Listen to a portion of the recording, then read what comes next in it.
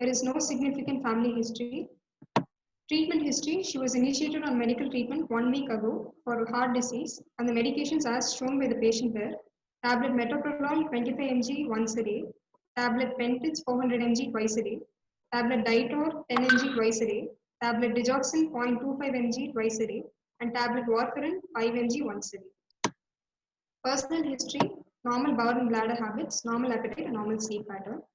Menstrual and obstetric history, she is an nulliparous woman and she attained menarche at 14 years of age with regular cycles, no history of dysmenorrhea or menorrhagia. Summarizing the history, sir. Yes, yes. 36-year-old female with history of breathlessness for 3 months and palpitations for 1 month, with past history suggestive of rheumatic fever, probably a valvular heart disease of rheumatic origin, with no symptoms of failure and no complications. Good. Super. History part, you covered everything. Okay. So let's see. Her main symptom was breathlessness, right? Yes. Okay. Yes. Yeah. And when she complained, she had a NYHA class 2. Now it is NYHA class 3, right? Yes, sir. Instead Yes, of directly jumping into NYHA class 2 and class 3, you should tell the symptom like she was breathlessness for extra work or more than routine work, that is NYHA 2. Now, even the routine work, she develops a breathlessness, right? Yes.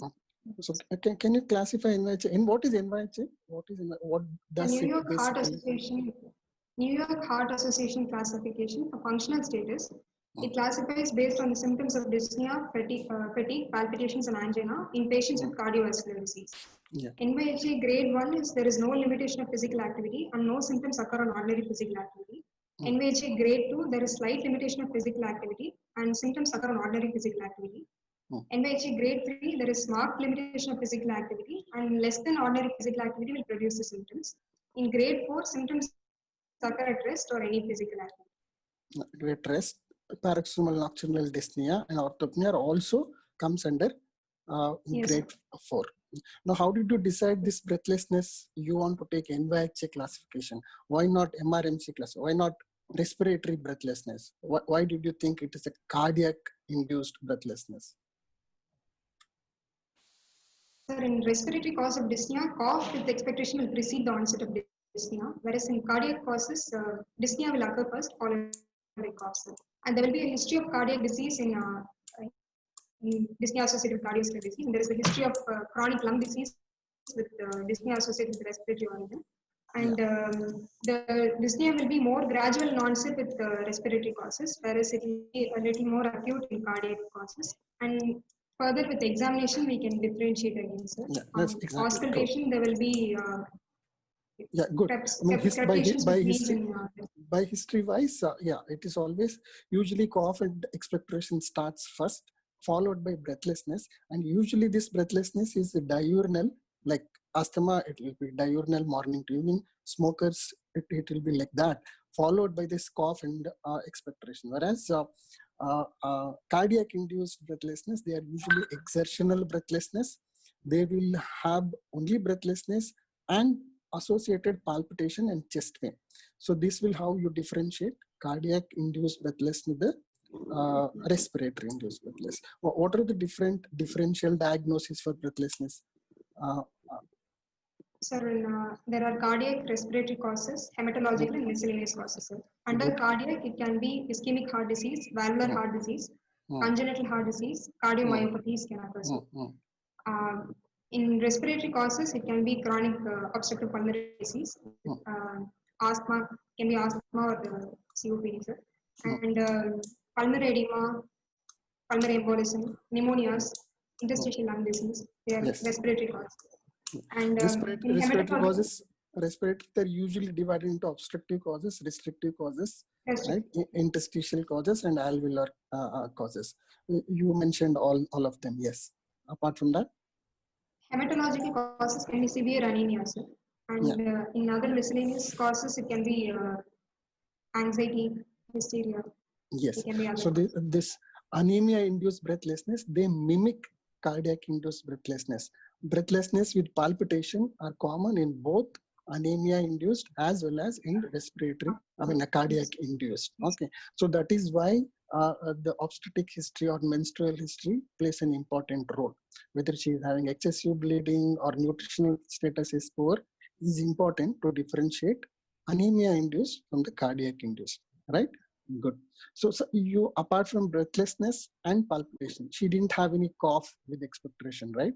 No, yes, no history of cough with expectoration. Yeah, you took some negative history. What was the importance of those negative histories? Yes, sir. History of easy fatigability was present, sir. It suggests probably low cardiac output. And history of chest pain to rule out ischemic heart disease. And history of syncope also to rule out low cardiac output. History of leg swelling, abdominal pain, and reduced urine output is to rule out right heart failure. History of recurrent fever with chills and rigors to rule out infective endocarditis. History of recurrent respiratory tract infections or cyanotic spells suggests congenital heart disease. Congenital heart disease. Yeah. And transient loss of consciousness, it rules out transient ischemic attacks due to embolization. And history of hemoptysis can occur in history of hemoptysis, hoarseness of voice, and dysphagia are complications of mitral stenosis. How do they do? What is the cause for hemoptysis in mitral stenosis? In hemoptysis, the cause is due to pulmonary apoplexy. There is a rupture of thin-walled bronchial veins due to increased LA pressure, sir. Yeah, left atrium pressure. And hoarseness of voice is due to compression of the recurrent religion by the enlarged left atrium. And dysphagia is also a compression symptom due to compression of esophagus. Yeah, these are all the compressive symptoms of enlarged left atrium, which is common in mitral stenosis. Okay, chest pain not only to rule out ischemic heart disease, chest pain also to rule out aortic stenosis. The symptoms are similar between mitral stenosis and aortic stenosis. Okay, aortic stenosis typical features are breathlessness, chest pain, and syncope. It rules out aortic pathology, right? Okay, so she never had any right heart failure symptoms, right? No edema, no abdominal distension, urine output, everything was good. Past history, she had history suggestive of rheumatic fever. Yes, yes. Right? Yeah. So at 12 years old, she had, and she is on medication. Yes, correct? She's on penicillin. Medication. Okay. So according to your history wise, okay, let's say probably she has got a valvular pathology, most probably mitral valvular pathology. Yes. Correct. So according to the history, what do you think the stage of the disease, or what is the severity of mitral stenosis to her? So she has grade 2 to, it is grade 3 NYHA dyspnea now. So the severity can be moderate mitral stenosis. Now, how do you divide mild, moderate, and severe according to NYHA classification? Yes, so right. In mild mitral stenosis, there is dyspnea occurs only on severe exertion. In moderate, PND can occur with or without pulmonary edema, and in severe mitral stenosis, orthopnea will occur. So usually grade 4 indicates severe mitral stenosis. Okay, grade NYHA class 3 indicates moderate. Okay, 1 or 2 are usually asymptomatic mild mitral stenosis, right? So what is PND? What is PND and what is orthopnea? How do you differentiate? Yes, orthopnea is dyspnea which occurs immediately within 1 to 2 minutes of lying down and recovers immediately after assuming the upright position is orthopnea. And paroxysmal nocturnal dyspnea is dyspnea which occurs 2 to 5 hours and wakes up the patient from sleep due to breathing difficulty and recovers within 10 to 30 minutes of assuming the upright position. What is the cause for PND? What is the cause for PND? So both are symptoms of left heart failure. Other causes of paroxysmal nocturnal dyspnea can be ischemic heart disease, cardiomyopathy, hypertrophic obstructive cardiomyopathy, and yeah. So these are the causes. So PND itself indicates the severity of mitral stenosis is to the grade of severe to critical mitral stenosis. Okay, that itself is enough, which indicates NYHA class 4. Right? Okay, we will go to the examination part now. Okay. Yeah. Examination. A patient was examined after obtaining consent and examined in the well-lit room. General examination, patient is conscious, oriented and cooperative. Height is 151 centimeters, weight of 45 kgs with a BMI of 21. She is moderately built and nourished. There is no pallor, no icterus, no cyanosis, no clubbing, no lymphadenopathy or pigmenoma. Breast, hair, skin and thyroid were normal on examination. There are no markers of rheumatic fever, no markers of infective endocarditis. Spine examination, skin over the spine was normal, spinous process is palpable, no deformities. Airway examination, normal facial symmetry, bilateral nasal patency was present, full and normal range of neck movements, mouth opening of 3 finger breadths, Mallampati class 2, mento-hair distance was 4 centimeters, no loose or SCP. Modified Allen's test was performed and bilateral radial and ulnar arteries were found to be patent. Vitals, pulse rate of 72 beats per minute, irregularly irregular with a pulse deficit of 10 per minute. Normal volume, no specific character, no radio-radial or radiofemoral delay, all peripheral pulses well fed. Blood pressure was 100 by 60 millimeters mercury measured in the right upper limb in the supine position. Respiratory rate was 20 cycles per minute, thoracoabdominal type. Patient was afebrile, JVP was not elevated, and METS was less than 4. Systemic examination of cardiovascular system. Just about the pulse part. Can you differentiate different valvular pathology by looking at the character of the pulse?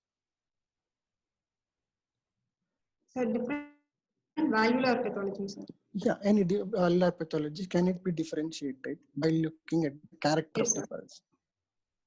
In mitral stenosis, hypokinetic pulse will be seen, sir, which is the small volume and narrow pulse pressure pulse will be seen. Very good. Whereas in aortic stenosis, anacrotic pulse will be seen. So slow rising, low amplitude, slow rising, and late peak pulse will be seen in aortic stenosis. With what is it called as? Anacrotic pulse is parvus septatus. Parvus septatus, okay. Collapsing pulse or Corrigan's pulse, water hammer pulse will be seen in aortic regurgitation, which is a large volume pulse with rapid upstroke and rapid downstroke. Sir. And with pulses disvariance can also be seen in AS with AR. Sir. Yeah, when we have AS with AR, we'll have disvariance. Very good, nice. How did you measure JVP in this patient? Yes, sir. JVP is the vertical height of the venous column measured from the sternal angle. After placing the patient in a semi-reclined position with 45 degrees angle, horizontal scale will be placed at the topmost part of the venous column, and a vertical height will be measured from the sternal angle of Louis. And the measurement is taken in centimeters, and the right atrium is anatomically situated 5 centimeters below the sternal angle. Yes. So 5 centimeters should be added to the measurement, and the total should be less than 8 centimeters of blood or 6 millimeters of mercury. Very good. But if you're not able to see the JVP pulse, okay, what will you do? Do you do any maneuver? Yes, sir. Abdominal jugular reflex can be done to elicit JVP. Firm compression should be placed over the periumbilical region and for 30 seconds, and we should look for, in normal patients, there will be a transient rise in JVP of less than 3 centimeters, and it will fall even when the pressure is continued. But if there is failure, elevated JVP will be persistent with the compression.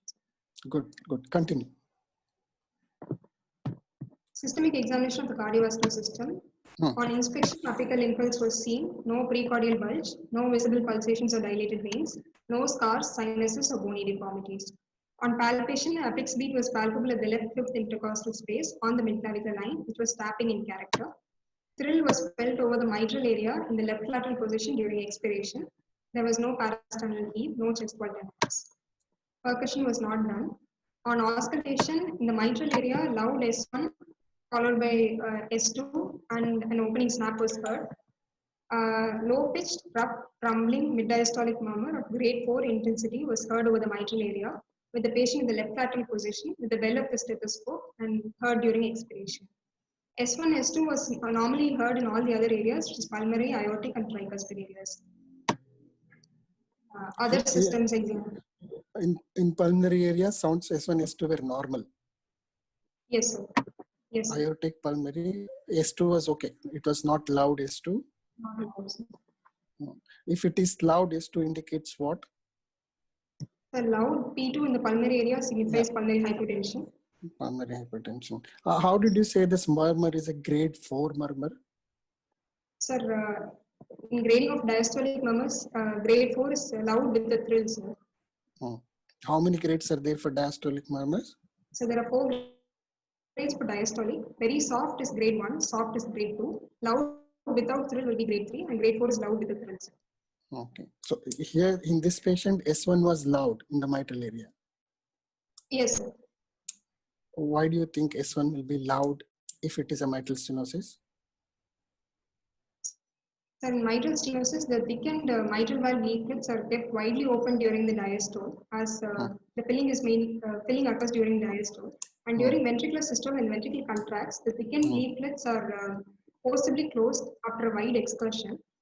So this produces loud S1. Loud S1. If it is a calcific or a thickened mitral valve, probably you may not hear loud S1. Okay.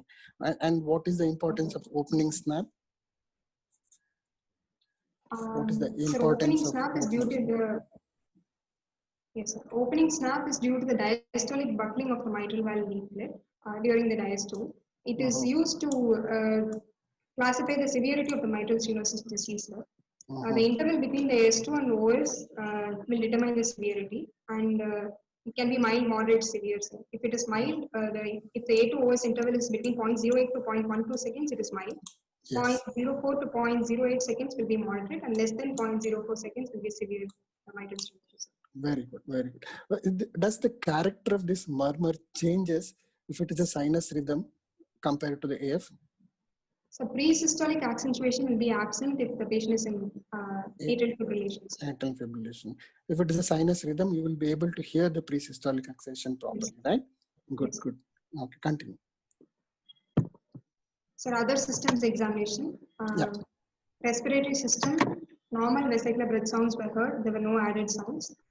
Abdominal examination, soft, no organomegaly. Central nervous system, higher mental function is normal, cranial was normal, no focal neurological deficit. Diagnosis. Okay. Now, do you expect any focal neurological deficit in this patient, mitral stenosis patient? So if there is embolization due to atrial fibrillation, that can produce neurological deficit. Yeah, it's important to check all peripheral pulses and neurological examination in all the mitral stenosis patient. Good. Yes, go to the diagnosis, madam. So a 36-year-old female with complaints of breathlessness on exertion for 3 months with palpitations, no symptoms of heart failure, with irregular pulse, a tapping apex beat, and mid-diastolic murmur on expiration. Most probably mitral stenosis of rheumatic origin in atrial fibrillation, not in failure, and without any complications.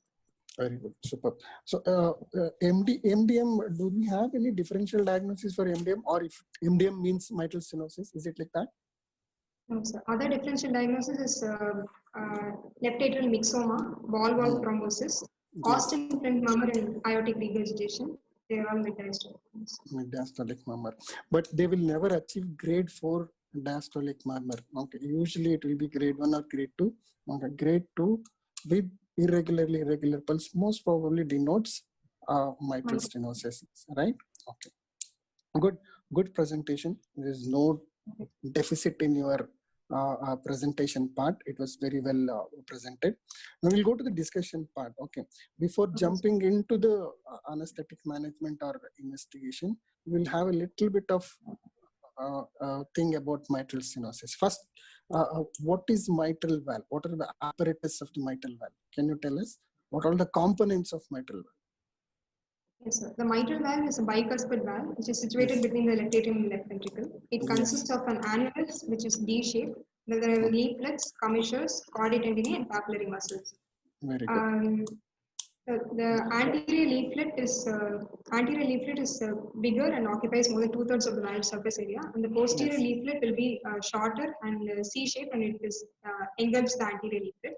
The leaflets will join at the anteromedial and the posterolateral commissures, and the mitral valve joins with the papillary muscles, which is anteromedial and posterolateral papillary muscles, through chordae tendineae, which can be first order, second order, third order chordae tendineae. Very good. How does rheumatic heart disease affects the mitral valve in sequence? How the different apparatus are affected? So in mitral stenosis, there is leaflet thickening, commissural shortening and fusion, and also chordae tendineae. There will be fusion and shortening of the chordae tendineae. Yeah. So annular size, annular fibrosis. Okay. leaflet thickening, right? Then commissural fusion. Yes. The one which denotes the severity is this commissural fusion, right? If I am allowed to share screen, I'll just a minute. Be with me for a second. See the mitral valve, Monisha? Yes. Yes, sir. I can see, sir. So I'll be just drawing. What you're seeing, this is the annulus, right? Annulus is the one which connects the mitral valve to the left atrium, right? So, yes. And you have two papillary, two mitral valve leaflet. First, this is the posterior mitral valve. This is the anterior mitral valve. They meet at the corner. So that is called as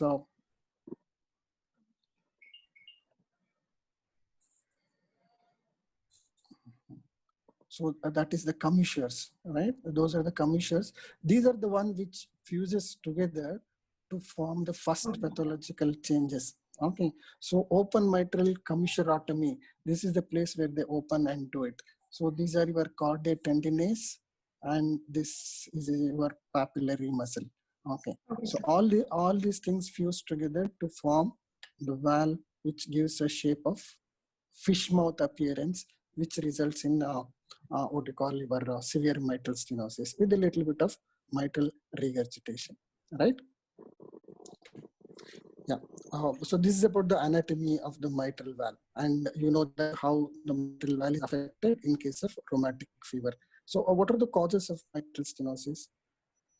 So the most common cause is rheumatic mitral stenosis, sir. Rheumatic heart disease. Other in causes India, are other causes are congenital mitral stenosis, which is parachute valve, degenerative mitral stenosis, collagen muscular diseases like SLE and rheumatoid arthritis, mucopolysaccharidosis like Hunter syndrome and Hurler syndrome, degenerative MS, they can all cause mitral stenosis. Mitral stenosis.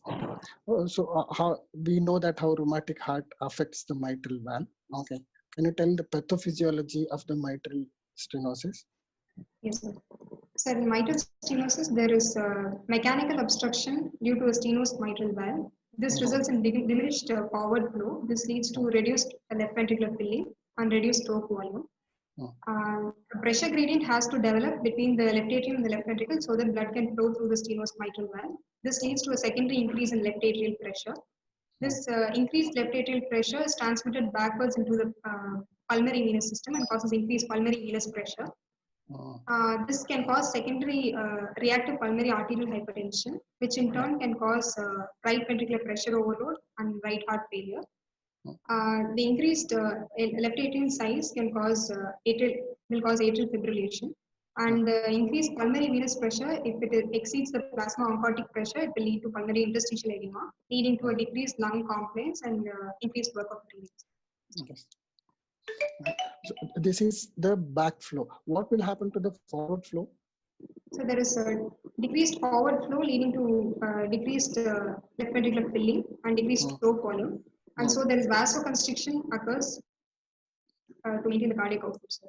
Yes. So whenever the cardiac output is low, okay, so there is a reflex sympathetic activity in the form of secretion of noradrenaline and angiotensin 2. Okay, these two can further aggravate pulmonary artery hypertension. They are pulmonary vasoconstrictors. Okay? Both angiotensin 2 and your norepinephrine can further aggravate the pulmonary artery hypertension. Why this is important, we will get to know when you come to the medical management of mitral stenosis. Okay, so this can be best assessed if you know normal cardiac cycle, right? Which we can measure with the help of flow volume loop. Okay, I'll put a diagram, flow volume loop. You can tell me what is ABCD in that. Okay. Okay. So this is a normal flow volume loop, or this is what is called as the cardiac cycle, left ventricular cardiac cycle. So we will start from the A. You tell me what is A, what happens in A, then to the B, then C and D. Okay, sir. Yeah. So there is so B is mitral valve opening, C is mitral valve closure, D is aortic valve opening, and A is aortic valve closure, sir. And the width of the flow volume loop is the stroke volume. So the points. You started the A, right? A, what is A? So aortic valve closure. So what is AB? So AB is isovolumetric relaxation phase. Isovolumetric relaxation. So the pressure drops, right? So yes. Pressure drops, LV pressure drops more than the LA pressure when mitral valve opens at the level of B. Correct? Yes, sir. Yes. B to C is LV filling. Yes, right? Sir. The last 25% is basically atrial kick, right? Yes. So what is CD?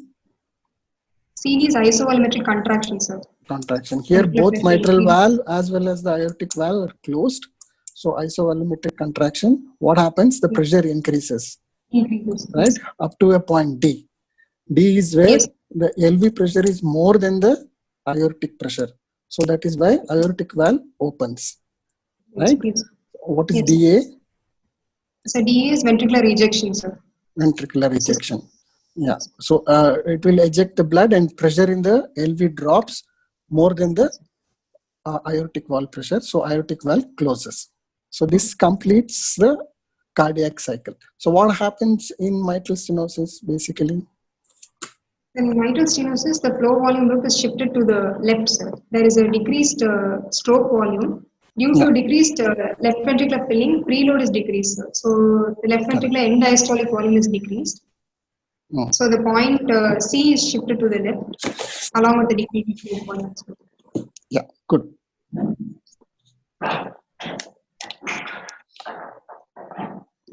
So this is basically what happens in the exam. Probably you will be asked to write flow volume loop. Okay, compare the normal with the mitral stenosis, and you will be asked to explain each point A, B, C, D, all those stuff, right? If the mitral stenosis, what are the different management available, medical as well as the surgical? So in medical management, anti-failure measures have to be administered, so, which is by diuretics. And for atrial fibrillation, there is both rate control medications and anticoagulation. And for digoxin has to be given to the patients. Okay. To reduce the heart rate and improve the left ventricular filling. What are the effects of digoxin in mitral stenosis? How does digoxin help? So digoxin is a positive inotropic drug. It increases the force of cardiac contraction by acting on the sodium potassium ATPase in the myocardial cells. So it increases intracellular sodium concentration, which in turn leads to increase in intracellular calcium and causes positive inotropy. It also has negative dronotropic and negative gonotropic effects. So it will decrease in mitral stenosis. It is useful because it decreases the heart rate and also it improves the ventricular filling and thereby improves course of cardiac contractions. Good. Apart from that, digoxin also helps in reducing pulmonary artery hypertension. Okay. How does that? Because increasing the LV output, contractility, and increasing the stroke volume. Okay. The reflex sympathetic activity, that is the norepinephrine and angiotensin II level, comes down drastically when you start the patient on digoxin. These are the two which are partly responsible for pulmonary artery hypertension. So that is also taken care. Okay. So digoxin helps in this way, in three way by preventing complications of mitral stenosis. Good. Negative, positive chronotropic, negative, no. Positive inotropic, negative chronotropic, and by reducing the pulmonary artery hypertension. Failure medication, Lasix, basically, diuretics, and fluid restrictions, right? What are the surgical management which is available for mitral stenosis? So percutaneous balloon mitral valvotomy, open or closed mitral commissurotomy, and mitral valve replacement are the options. Yeah, these are the options which can also be tried. Atrial fibrillation, we will go when we go into the intraoperative period, okay, management of atrial fibrillations. Okay. So what are the investigations you will do to confirm mitral stenosis? Just to confirm mitral stenosis, not preoperative investigations. ECG to see if the patient is in atrial fibrillation, and signs of left atrial enlargement can be seen on the ECG. with P mitrals and wide and notched P wave will be seen in lead 2 and biphasic P wave in lead 1. And to see if there is right ventricular hypertrophy and right axis deviation. Sir. And pulmonary hypertension, if it is present, there will be P pulmonale on ECG. Apart from ECG, 2D echo should be done to check the signs of mitral stenosis in mitral valve area, mitral valve, transmitral valve pressure gradient, and if there is any mitral valve calcification can be seen. And left ventricular ejection fraction can be seen on echo. And chamber dimensions like left atrial, increased left atrial size, and pulmonary artery systolic pressure, and if right ventricular hypertrophy is present, and if there are presence of LA clots. Good. And, so this is one of the ECG of a mitral stenosis patient. Can you read this ECG? Yes, sir. Is it visible properly? Yes, sir, it is visible. Good. Yeah, tell me. It is in patient ECG shows sinus rhythm, sir, with a rate of 100 per minute, sir. Good. And the P wave is yes.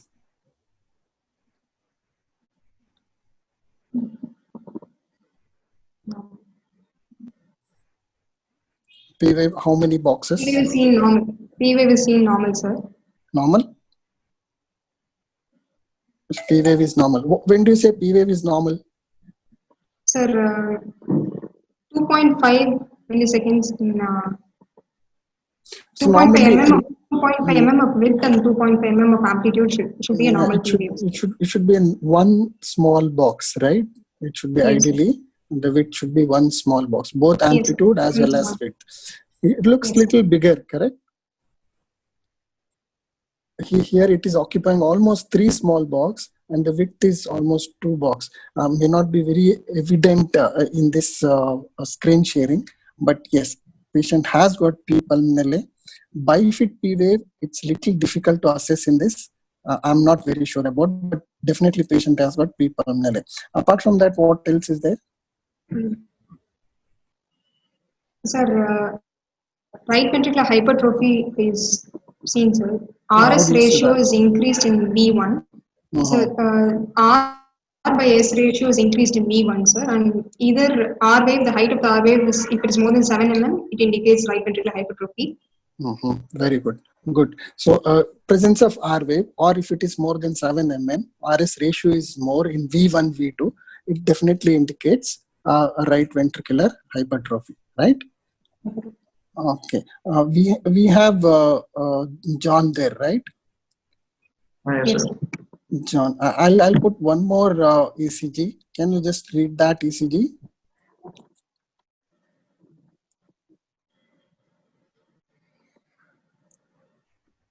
Yeah. Can you see, John? What is the ECG? Yes, I can see, sir. Yeah, John. Can you read this ECG? Patient is not in sinus rhythm. Patient is probably in atrial fibrillation. So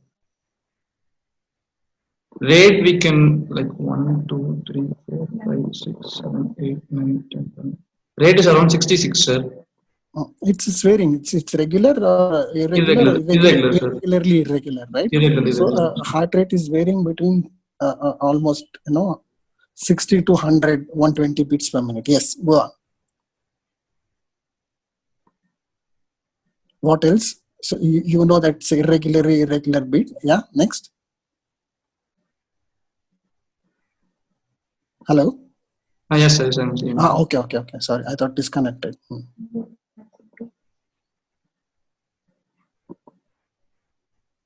Otherwise, there is absent of no P wave is there, sir. Very good. There are no P waves. Okay, so definitely probably atrial fibrillation because P wave is not there. Yeah. What else?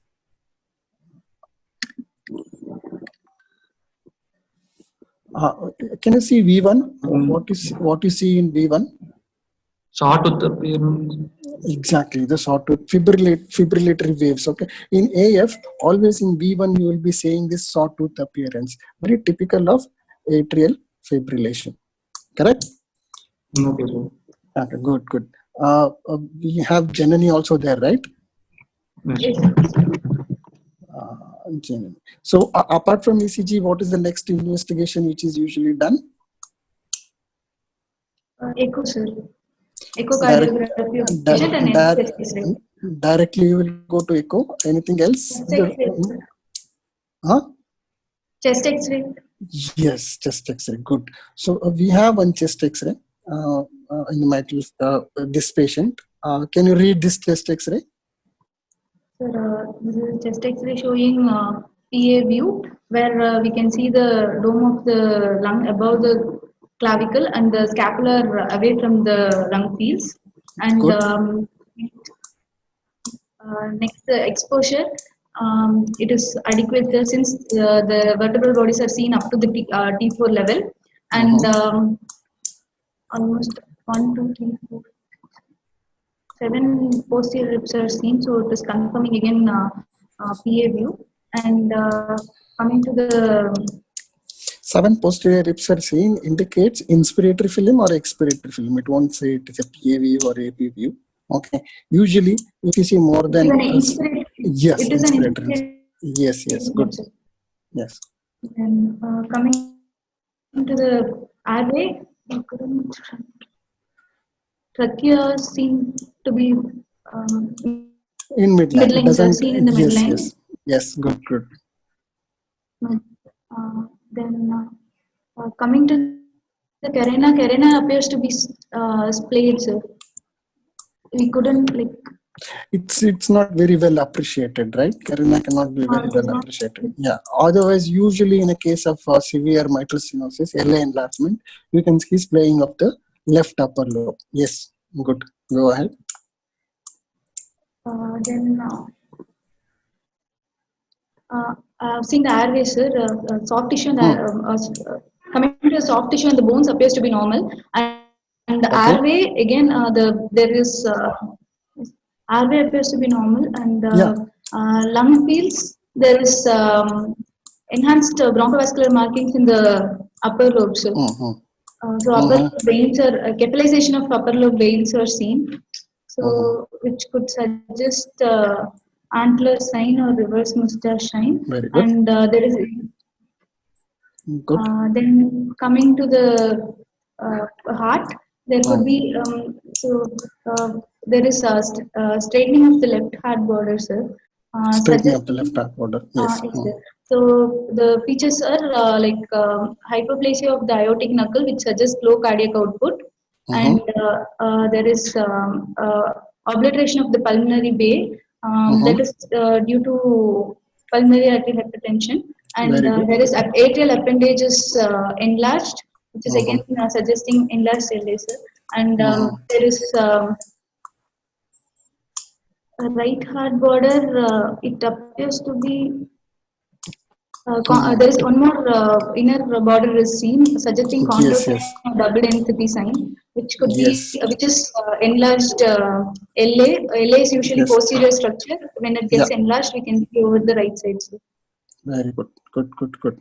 Anything else? And diaphragm appears to be normal, and good. See, almost you covered everything almost in this X-ray. So usually X-rays are read in the form of A, B, C, D, E, F, G, H, right? A for airway, B for bone. After that, go for C for cardiac, right? When we say cardiac, first thing you should see is the CT ratio, cardiothoracic ratio. Usually you need a scale and pencil to do it, but it looks like CT ratio is definitely more. It is more than 0.5% in this patient, correct? Yes? Okay. So once you finish the CT ratio, you should say where the apex beat is. Okay. Is it mid-clavicular line, medial to it or lateral to it, and which intercostal space? Can you tell where exactly is the apex beat in this patient?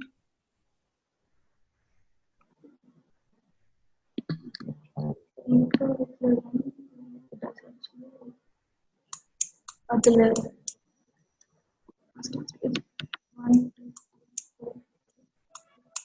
Intercostal space. Sixth, probably it is a sixth intercostal space, right? This is your first intercostal space. Now probably second and the third and fourth and fifth somewhere between the 5th and 6th intercostal space. Okay, so midclavicular line, yeah, it's just medial to the midclavicular line. So apex is shifted downwards. Usually in the case of right ventricular hypertrophy, the apex should be in the 5th intercostal space, but lateral to the midclavicular line. Correct. So very unusual for a mitral stenosis patient. Usually when MS is associated with the MR, you will get all these things. Yeah, you were correct in saying straightening of the left heart border. Usually there will be a pulmonary bay where the pulmonary pressure is 1/5 of aortic pressure. So there will be a dip there, which is absent in this patient, which causes straightening of the left heart border. Yes, this is your right heart border, and there is a shadow in shadow appearance, probably enlarged left atrium. Correct? Yes. Yeah, and you have reverse Mustat sign. Basically, these are the curly A lines, and you have a little bit of curly B lines and C lines, which indicates severe pulmonary artery hypertension. Right? These are the features of your mitral stenosis. Very typical feature of mitral stenosis in X-ray. X-ray itself, you can make a lot of diagnosis. So after ECG, the next thing will be your X-ray. In X-ray, A, B, C, D, E, F, G, H, A for airway, B for bone, C for cardiac, D for diaphragm, E for effusion. You should look at the cardiophrenic and costophrenic angle, F for field, G for gastric shadow, H for hilum. So this covers your a complete X-ray reading, right? Okay. Apart from that, then you will go to echo, right? So, Monisha, how do you diagnose or severity of the mitral stenosis using echo? Sir, based on the mitral valve area, sir, we will estimate the mitral valve area. If it is mitral valve area of more than 1.5 centimeters square is mild, 1 to 1.5 centimeters moderate mitral stenosis, less than 1 centimeter square is severe mitral stenosis. And apart from mitral valve area, transvalvular pressure gradient can be used to estimate severity. If the gradient is less than 5 millimeters mercury, it is mild. 5 to 10 is moderate, more than 10 is severe mitral stenosis. And apart from this, pulmonary artery systolic pressure can also be used to grade severity. Good. Can you hear me now, Monisha? Sorry. Yes, sorry for the interruption. yes, Sorry. Okay. So we were in the echo, right? I was asking you, what are the different normal pressures in different chambers of the heart? Right atrium, right ventricle, pulmonary pressures, LA, LV, and aortic pressures. Right atrial pressure is normally 5 millimeters mercury. Right ventricular pressure is 20 to 25 millimeters mercury. Left atrial pressure is 4 to 8 millimeters mercury. Right ventricle has only systolic pressure. There is no diastolic pressure in the right ventricle. So diastolic pressure, I'm not sure. RV diastolic pressure is equal to RA pressure. Okay, so RV systolic pressure is 20 to 25 millimeters of mercury, whereas diastolic pressure will be 0 to 4 millimeters of mercury, similar to RA. Now, when you come to the pulmonary artery pressure, what is the normal pressure? So normal pulmonary artery pressure is 20 to 25 millimeters mercury. Systolic and diastolic. So the main difference between the RV and the pulmonary pressure is step up in the diastolic pressure. In the RV, diastolic will be 0 to 4, whereas in pulmonary, it increases to 10 to 15 millimeters of mercury. That is how you identify whether the pulmonary artery catheter is going into the pulmonary or it is coiling back into the RV. Okay. Then LA pressure? So LA pressure normally 4 to 8 millimeters mercury. Mercury. And LV? LV pressure is systolic 100 to 120. 120. Diastolic? 60 to 80 millimeters mercury. LV diastolic pressure, it is not 60 to 80. LV diastolic pressure is again same as the LA pressure. Whatever the LA pressure will be transmitted into the LV during the diastole. So LV pressure is 100 to 120 systolic, diastole will be 8 to 12 millimeters of mercury. Whereas now when you come to aorta, it is systolic is 120, diastolic is 80 millimeters of mercury, right? So this is important to know because the classification of mitral stenosis, apart from whatever you three told, other pressures can also be used to measure this in the echo, and you can diagnose mitral stenosis. Good. So now we will. You have done all this ECG, echo, X-ray, everything has been diagnosed, right? So now this patient, she's posted for surgery, but she is in AF. Suddenly she goes into severe AF with an increase in ventricular rate. So what will you do pre-operatively? Sir, if the patient is hemodynamically stable, sir, if the BP is, if the patient is going hemodynamically unstable, then I will go for cardioversion, sir. The patient should be on, if the patient should be on anticoagulation for 3 weeks prior to cardioversion, followed by 4 weeks of anticoagulation. If the patient is so your patient stable, was in warfarin, right? She's in yes, warfarin. sir, she is on warfarin. Yes. So she is a candidate for cardioversion. Yes, sir. She is on anticoagulation, so we can cardio if she is hemodynamically unstable. Okay. How do you do that? How do you do the elective cardioversion? Sir, 50 to 100 joules of shock should be delivered, synchronized with the R wave on ECG, sir. And sedation will often be required with analgesia, sedation, mild sedation with analgesia, and with the rapid recovery, sir. So after sedation, 50 to 100 joules of shock can be given, and check for reversion of rhythm. Yeah. So all precautions like a surgery should be taken. Patient should be nil oral. Okay. Avoid drug which can cause myocardial depressant. Use sedation. Okay. In case if you need to secure the airway, it has to be secured. Okay. So if it is a monophasic or biphasic cardioversion can be done. What is the difference between cardioversion and defibrillation? The cardioversion is using application of electricity to still perfusing rhythm of the heart. So it is used in VT, ventricular tachycardia with pulse, atrial tachyarrhythmias, and supraventricular tachycardias can be used. Whereas cardioversion is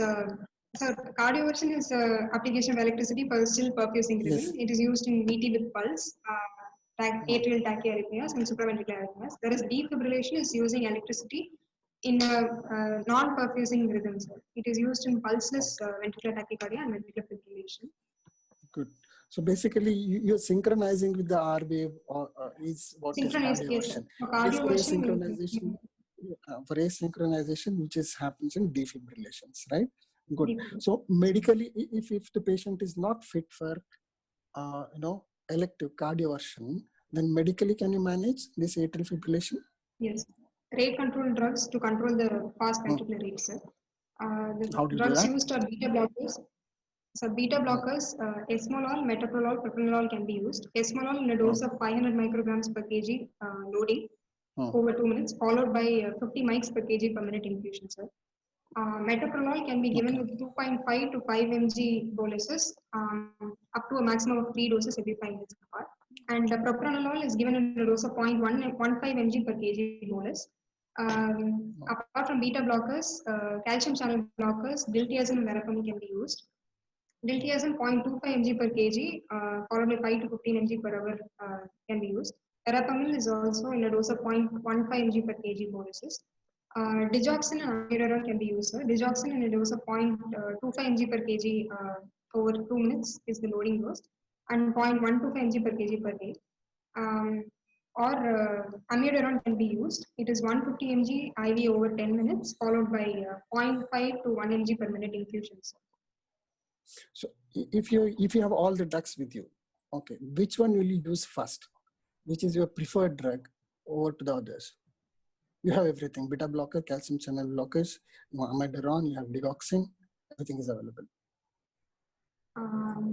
Sir, I will prefer esmolol for controlling the atrial fibrillation rate, sir. Okay.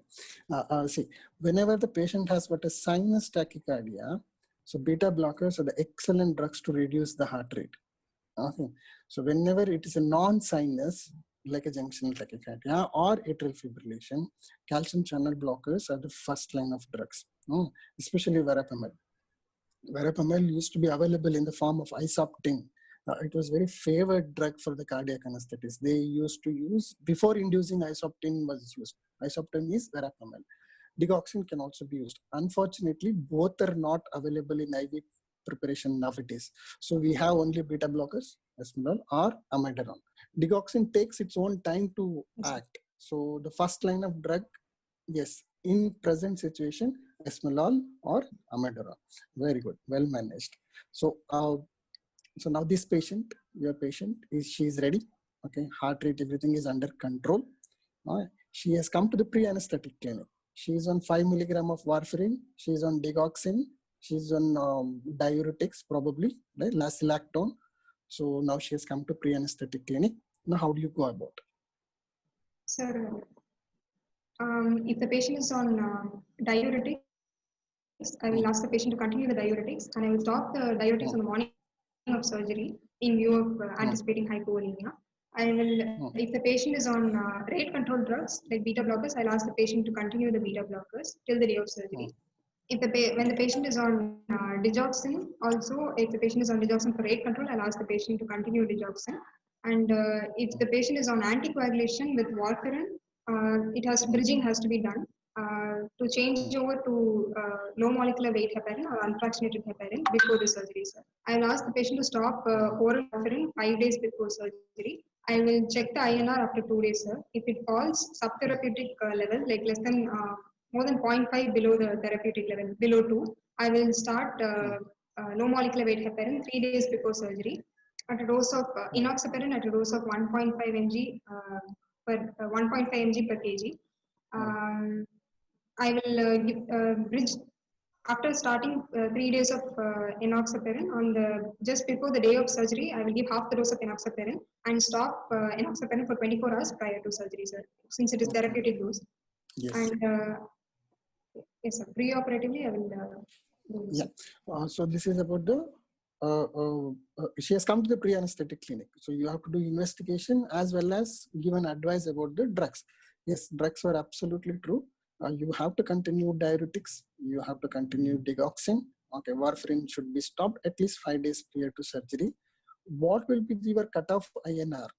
Till what level you want to take the INR before taking for major surgery? So 1.5, it should be less than 1.5. It should be less than 1.5, and you're putting the patient on low molecular weight heparin. Okay.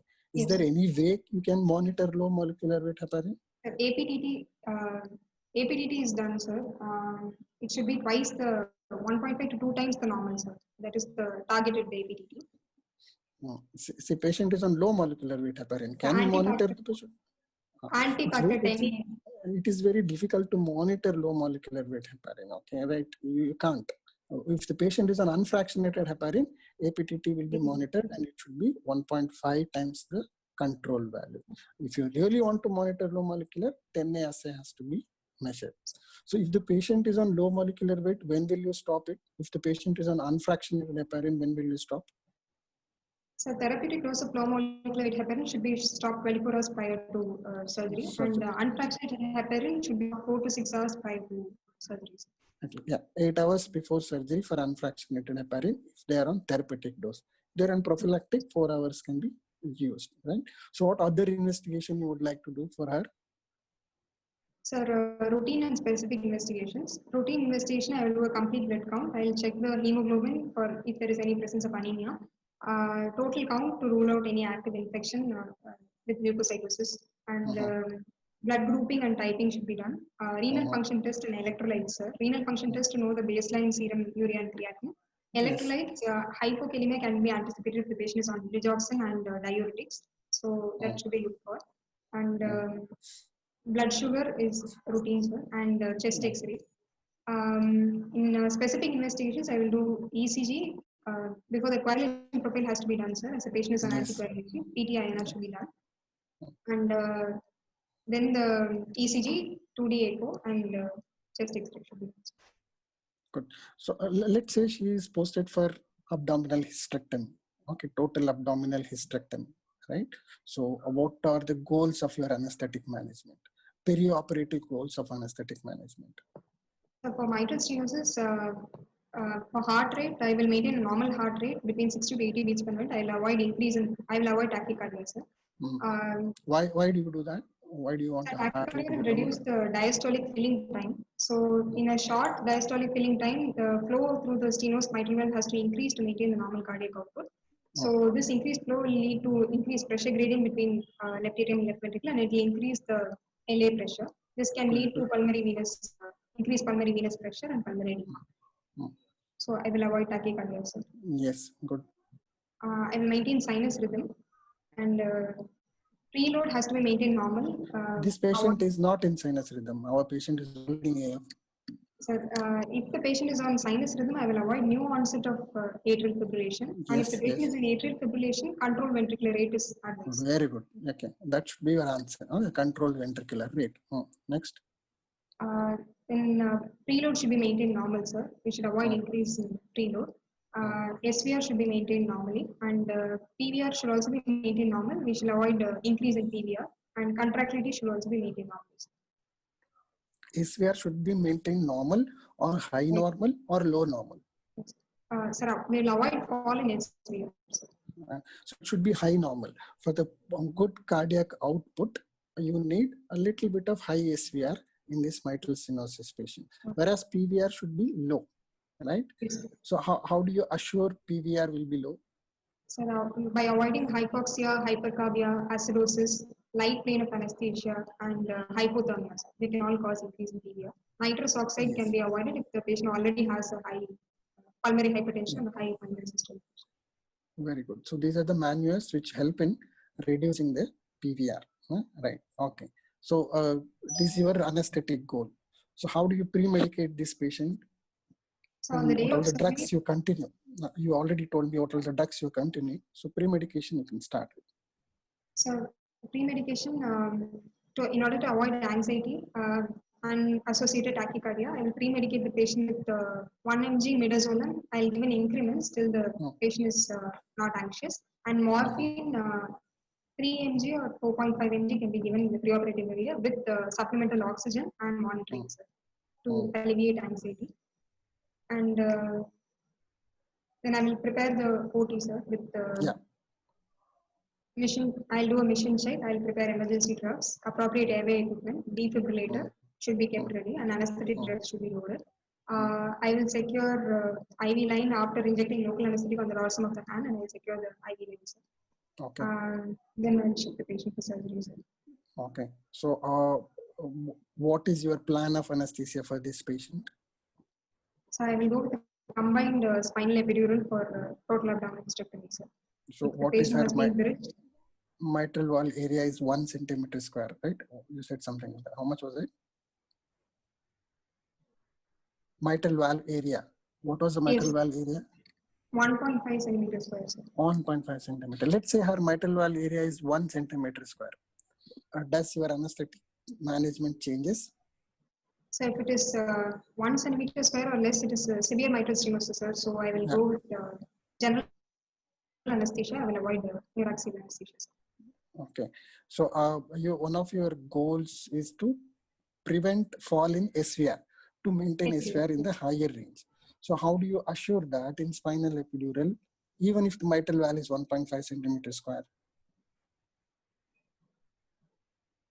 Sir, if I'm going with the spinal anesthesia, I will give bupivacaine with fentanyl in the spinal anesthesia, and careful fluid boluses has to be given to avoid increase in preload. And if hypotension occurs, I will manage with boluses of phenylephrine. 20 to 30 mics of phenylephrine can be given with careful fluid boluses to maintain the SVR. And level of block should be adequate for the surgery. I will avoid higher blocks. Okay. Now let's say if the valve area is 1 centimeter square. How do you conduct anesthesia for this patient? So if the valve area is 1 centimeter square, it is severe mitral stenosis. 1 or less than 1 is severe. So I will go with general anesthesia. And I will, after shifting the patient inside the operation theater, I will give morphine, the remaining dose of morphine, sir. So up to a total of 0.1 mg per kg morphine. And after adequate pre-oxygenation, I will give 0.1 to 0.2 mg per kg morphine can be given with sleep dose of thiopentone, sir. In incremental doses, I will give with to a sleeping dose. And I will paralyze the patient with non-depolarizing muscle relaxant. And just before, 3 minutes before intubation, I will give 3 micrograms per kg of fentanyl to avoid pressure response to intubation. And I will do gentle laryngoscopy and intubate the patient. So, maintenance of anesthesia, I will careful fluid management has to be done. I will maintain with 1 mac of sevoflurane, and I would avoid nitrous oxide, which will increase the scoline. The scoline is contraindicated. Do you want to avoid scoline altogether? Is it relatively contraindicated, or what it is? Sir, it is relatively, sir, it can cause a tachycardia, so it is not preferred. If procuronium is available, I will use procuronium, sir. Okay. Yeah. Scoline nowadays, unless it is a difficult or a rapid sequence intubation, we don't use scoline. But especially when the patient is on digoxin, we should try to avoid scoline. The interaction with the scoline and digoxin can cause digoxin toxicity. So we should be careful when we are using it. Okay. So if you have all the muscle relaxants, you have avicuronium, pancuronium, rocuronium, everything is available with you, atracurium, cisatracurium, which is the preferred agent and why? Vecuronium can be used as it is stable cardiovascular effect, sir. I will avoid pancuronium as it will cause tachycardia, and atracurium also as it can cause systemic release and tachycardia. So both pancuronium and atracurium I avoid. Yeah, so the best will be to use vecuronium fentanyl combinations. Both vecuronium and fentanyl are cardiostable, but when combined together, they have a little bit of vehicle mimicking action. So the heart rate will come down when you combine vecuronium and fentanyl, which is ideal for mitral stenosis patient, right? Okay, so you intubated the patient, okay, right? So you are maintaining with nitrous or without nitrous? Maintenance of anesthesia. What is your? We are unable to hear you, sir. Again.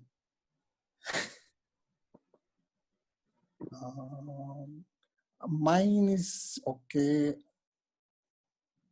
Hello, can you hear me? I think Monisha's is frozen, sir. We couldn't hear.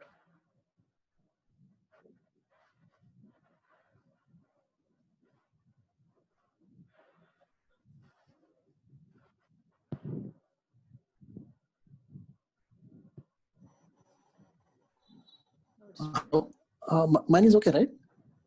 Yours is okay, sir, but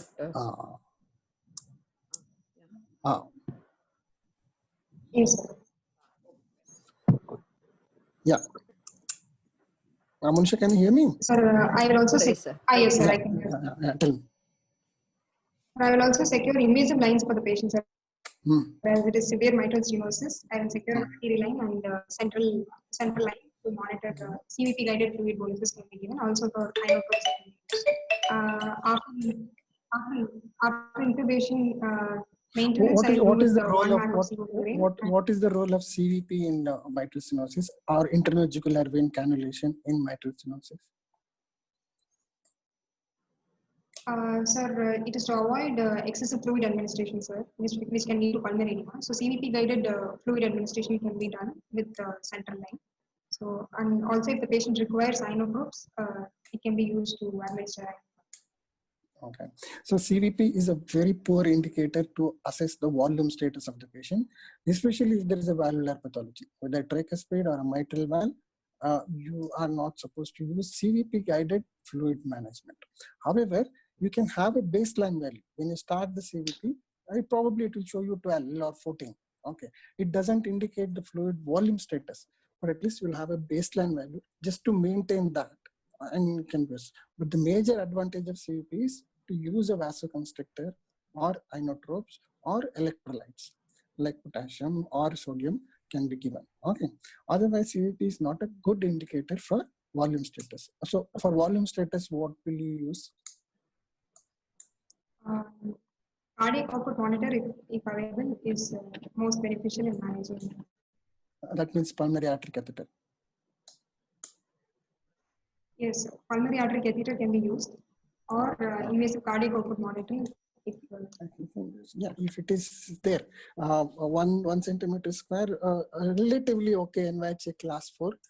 Probably if you have a TEE, or even if the transthoracic echocardiograph, those two can be used intraoperatively to assess the volume status rather than pulmonary artery catheter pressure, especially in a case of mitral stenosis. Okay, yeah, go ahead. Then what other monitoring?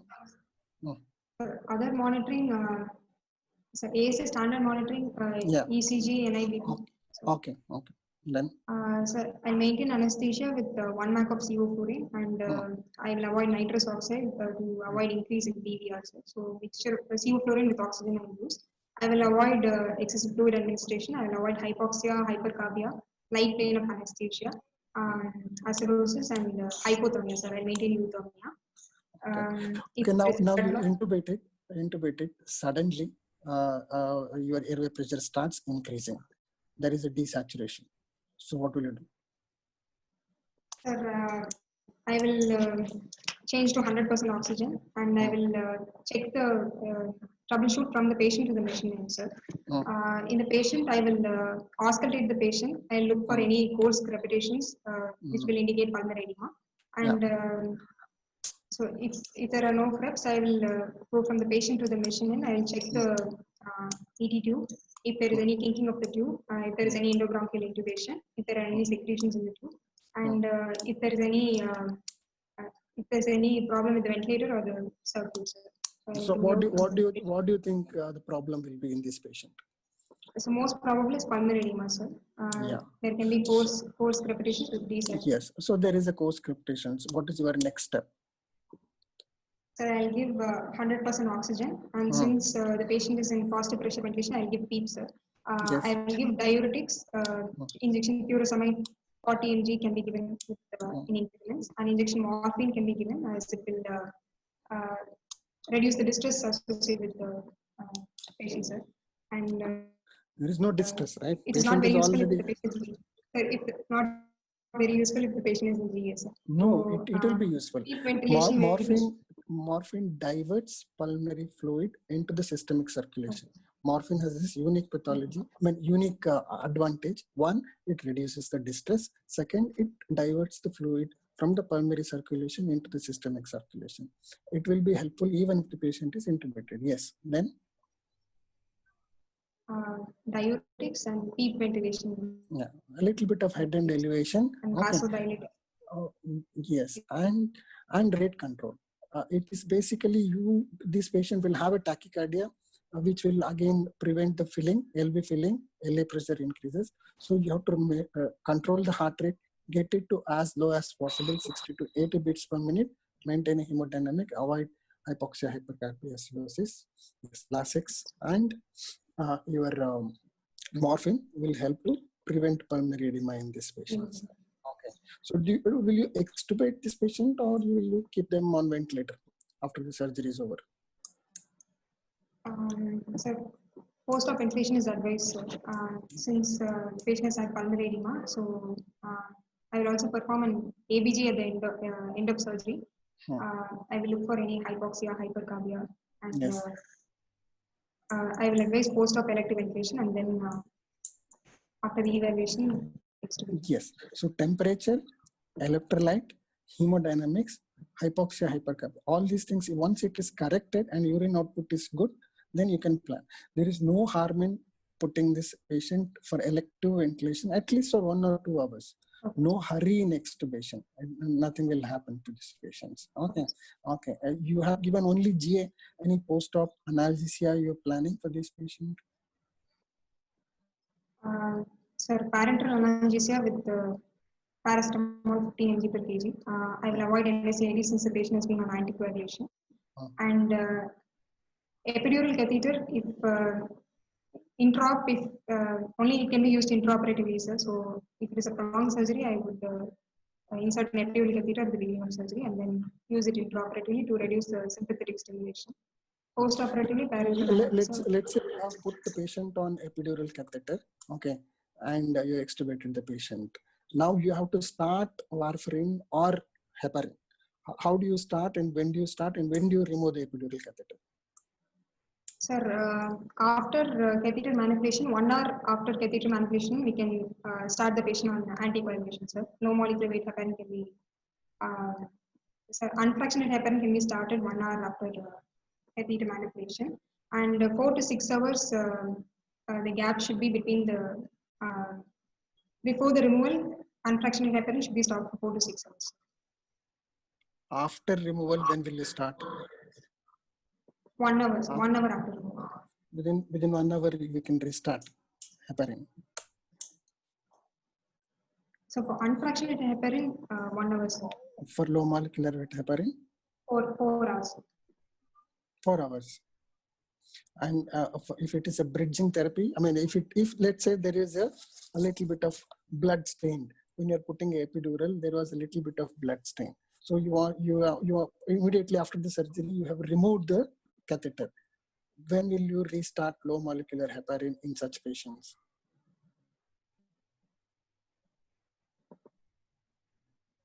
I'm not sure. Yeah, see, if there is any bloody, any injury, any trauma, blood tap is there during the epidural, you will not activate it, you just keep it there only. You don't remove the epidural. Once the surgery is over, okay, remove it. Do not start any low molecular weight heparin for 24 hours if there is a bloody tap. Okay. Otherwise, low molecular weight heparin should be started 12 hours after the epidural catheter is removed, and unfractionated heparin after 4 to 6 hours after the epidural catheter is removed. Okay. ASRA guidelines will probably say something different. Fine. So this covers most of the mitral stenosis for abdominal hysterectomy. Actually, we had planned to discuss few about pregnancy and mitral stenosis, but I don't think this is the time. It's already 7:20. Okay. First and foremost, congratulations. You people presented beautifully. And there was, I mean, almost 100% you answered whatever was required. These are the questions which are most commonly asked. So in exams, usually it is 40 to 45 minutes, but we extended it up to 1.5 hours. I think we covered everything from the basics to the advance of the mitral stenosis. Very well done. I'm severely impressed by your presentation as well as the answer. I couldn't ask much question to John as well as Janani because I don't want it to disconnect suddenly and come back. Okay, very well done. If anybody has any questions to ask, they can type and ask. And Hemant is there? Naglakshmi, can you just Yes, unmute yes, Hemant? Yeah. Yeah, it's connected. Hemant, sir. Yeah, tell me. Hemant, very well presented by your students, severely impressed, very nicely presented. If you want to add some points to the presentation or to the questions, you are free to. Yeah, nothing to add. You have covered most of the things in a wonderful way. You have executed, very nicely, such that the postgraduates answered the things without any, confusion or fear. Yeah, good to know that. So that should be it then. So we will end the session. So next will be on pregnancy-induced hypertension. That is on Friday. Molecular Vinayaka students are presenting the case, and Dr. Lenin, additional professor from JIPMER, will be moderating that session. The details of it, Dr. Nagalakshmi will be posting it soon in the groups. Thank you very much for all. Yes. Sir, sir. So I'm very sorry. I didn't know you were also this. I think please. It's my honor. I'm really impressed by Monisha and God bless her. And exactly. In between, I thought that the match is fixed. So no. We are from different college. I know, but at the end of the day, she couldn't answer one particular question, and she was very prompt in saying, "I'm sorry, sir." So, but really, it was typically a textbook exam class, and I enjoyed that. I am also sitting in an exam, and I really enjoyed your performance, clinical as well as academic. And hearty congratulations to you and your teachers. The credit goes to your teachers also. Thank you so much. And I really enjoyed this academic session. And really, it's nice that ISA Puducherry branch is conducting regular programs and just moving ahead with the lockdown. And this is the way we have to move forward. And, probably, yes, sir. And best wishes for future programs also. So thank you so much. It was an honor suddenly to see you there and attending our classes. It was very nice. your Rohtak is so bad with the COVID, and you have so much work in this COVID era. Still, you made some time to attend our classes. Hopefully, in future also I'll enjoy this academy program. Sure, sir. Sure, sir. Thank you so much, sir. Thank you very much. Thank you. Thank you all. It was a good session.